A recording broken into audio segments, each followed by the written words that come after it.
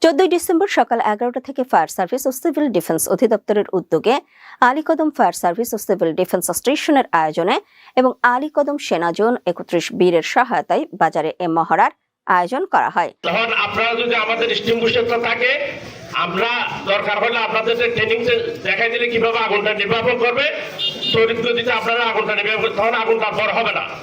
আমরা fire service আস্তে আস্তে 10 মিনিট সময় লাগবে। তখন এই দিক দিয়ে যদি আপনি ট্রেনিংটা জানেন, আগুনটা সঙ্গে সঙ্গে নির্বাপন করতে পারবেন।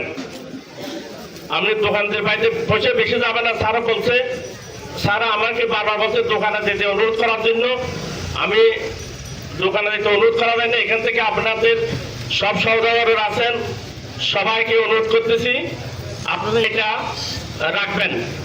আর আমাদের ফায়ার সার্ভিসের নাম্বার আপনারা সবাই রাখবেন, গুরুত্বপূর্ণ নাম্বার সবাই রাখবেন। আলীকদম বাজার ব্যবসায়ী